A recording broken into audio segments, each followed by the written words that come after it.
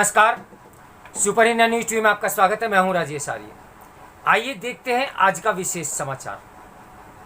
धार्मिक कर्मकांड का ग्रंथ नहीं है गीता। गीता में उसकी मान्यताओं के मानने पर कोई जबरदस्ती नहीं, पूरा जोर ज्ञान और कर्म पर है। गीता की तुलना रिलीजन या मजहब से नहीं हो सकती। तुलना बराबर वालों के बीच होती है। गीता, बाइबल और कुरान समतुल्य नहीं है, लेकिन कर्नाटक में गीता और बाइबल की तुलना राष्ट्रीय चर्चा में है। राज्य के एक स्कूल ने अभिभावकों से कहा है कि आप सुनिश्चित करें कि आपका बच्चा सभी अवसरों पर उपस्थित रहेगा और साथ में बाइबल रखने पर आपत्ति नहीं करेगा। हिंदू जन जागृति मंच ने इसका विरोध किया है। आर्चे बिशप ने इसका खंडन किया है। उक्त स्कूल ईसाई अल्पसंख्यक सुविधा के अंतर्गत संचालित है। कर्नाटक के शिक्षा मंत्री बीसी नागेश ने कहा है कि धार्मिक पाठ शैक्षिक पाठ्यक्रम का भाग नहीं हो सकते। उनसे गीता के बारे में पूछा गया। उन्होंने कहा, गीता सामाजिक मूल्य व उत्कृष्ट जीवन का संदेश देती है। गीता में धार्मिक कर्मकांड नहीं है, जबकि बाइबल कहती है कि ईसाई होने के लिए बाइबल पर विश्वास करना जरूरी है। गीता में ऐसे कथन नहीं है। गीता कोई निर्देश नहीं देती। गीता में श्री कृष्ण ने अर्जुन से कहा, मैंने सभी रहस्यों वाला ज्ञान दिया है, इस पर गहन विचार करो और जैसी इच्छा हो वैसा करो। यहाँ कोई आज्ञा नहीं, पूर्ण कर्म स्वतंत्रता है। धर्म, रिलीजन, पंथ और मजहब एक नहीं। पंथ, मजहब और रिलीजन विश्वास है। सबके एक एक देवदूत हैं और सबके एक एक पवित्र ग्रंथ है। उनके कथन मानना अनिवार्य है। न मानने पर दंड की व्यवस्था है। उनकी मान्यताओं पर तर्क नहीं होते। धर्म भारतीय जीवन शैली की आचार संहिता है। यह किसी देवदूत की उद्घोषणा नहीं है।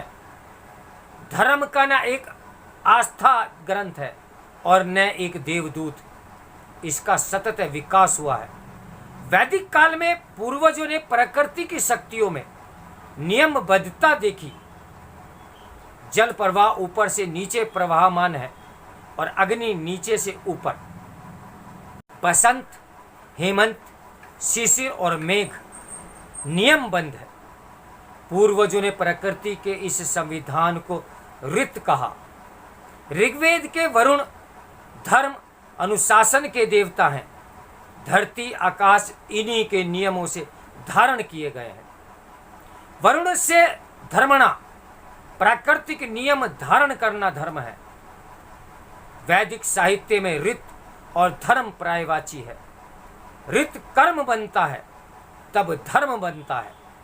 प्रकृति की सभी शक्तियां ऋत का पालन करती हैं। मनुष्य का आचरण भी नियमबद्ध होना चाहिए। ऋत सत्य है। सत्य का अनुसरण धर्म है। बाल कर्म में धर्म में बहुत कुछ जुड़ता रहा। धर्म जड़ नहीं, गतिशील आचार संहिता है। धर्म में आस्था और विश्वास से भी संवाद की परंपरा है। परंपरा वैदिक ऋषियों ने दी। उत्तर वैदिक काल में नई परंपराएं जुड़ी। आस्था और धर्म से संवाद जारी रहा। गीता आस्था और विश्वास से संवाद का ग्रंथ है। गीता के 4 अध्याय में प्राचीन ज्ञान परंपरा का उल्लेख है। श्री कृष्ण ने अर्जुन से कहा कि प्राचीन काल में मैंने यह ज्ञान सूर्य को दिया था, लेकिन काल क्रम में यह ज्ञान नष्ट हो गया। वे कहते हैं कि जब धर्म का पराभव होता है तब अव्यवस्थाएं आती हैं और धर्म की स्थापना के लिए ही मैं बार बार प्रकट होता हूँ। गीता में ज्ञान योग है, कर्म योग है, संसार को सुंदर बनाने की अभिलाषा है। महाभारत युद्ध में परिजनों को युद्ध तत्पर देखकर अर्जुन को विषाद हुआ।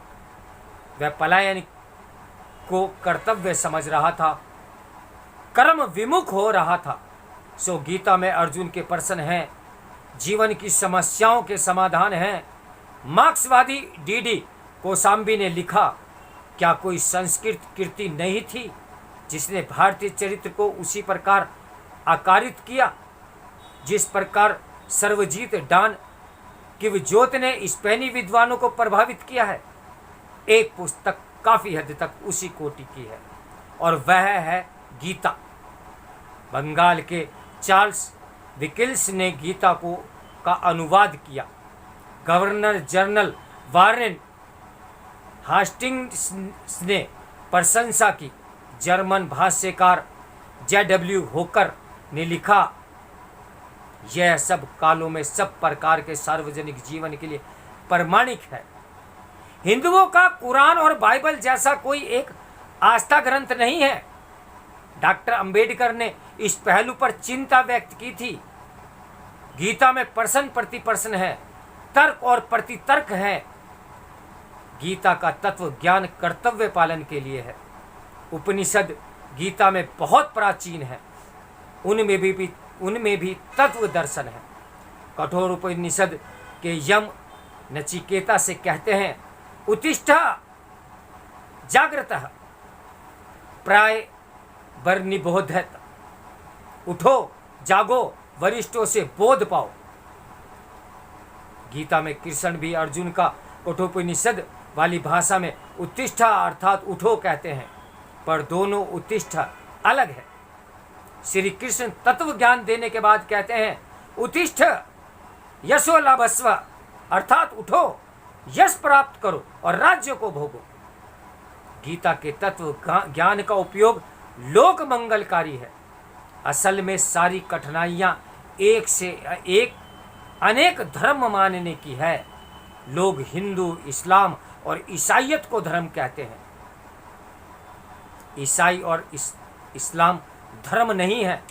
धर्म एक है, स्वयंपूर्ण है, प्राकृतिक है, सततः विकासशील है, अंधविश्वास से मुक्त है। गांधी जी परिपूर्ण धार्मिक थे। उन्होंने धार्मिक आदर्शों के अनुरूप ईश्वर अल्लाह तेरे नाम कहा था, लेकिन इस्लाम अल्लाह के अलावा किसी को ईश्वर नहीं मानता। गांधी जी की बात इस्लाम अनुयायी नहीं मान पाए। भारतीय राजनीति में भी सभी धर्म समान कहे जाते हैं, परंतु वास्तविकता यह नहीं है। धर्म एक है और वह अन्य पंथों से तुलनीय नहीं है। गीता निष्काम कर्म योग का ग्रंथ है। गीता में ऋग्वेद के विराट पुरुष का विश्व रूप है। उसमें सबके लिए उपयोगी विषयों का भी विवेचन है। ज्ञान और बुद्धि की प्रतिष्ठा है। आहार के गुण धर्म की अर्थपूर्ण चर्चा है। गीता के अनुसार सभी कर्म यज्ञ हैं। जीवन में श्रद्धा की महत्ता है, इसमें अवसाद नहीं होता। गीता में स्वाध्याय महान तप है। कर्तव्य भावना से युक्त प्रतिफल न पाने की आशा में सुप्राप्य को दिया गया सहयोग सात्विक है। गीता में वैज्ञानिक विवेक है। सार आसार और संसार को समझने वाली बुद्धि है। वेदांत और व्यवस्थित योग दर्शन है। प्रेम परिपूर्ण भक्ति है। भरा पूरा भौतिकवाद है। कर्म सिद्धि के सूत्र हैं। श्री कृष्ण ने अर्जुन को बताया कि असंख्य के अनुसार कर्म की सिद्धि के 5 कारण अधिष्ठान, कर्ता, साधन, प्रयास और देव है। 5वां कारण देव है। वह ईश्वर का विधाता नहीं है। वह ईश्वर या विधाता नहीं है।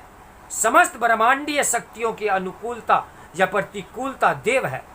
गीता में उसकी मान्यताओं के मानने पर जबरदस्ती नहीं, सारा जोर जानने पर है। रिलीजन मजहब का जोर विश्वासी होने पर है। अविश्वासी दंडनीय है।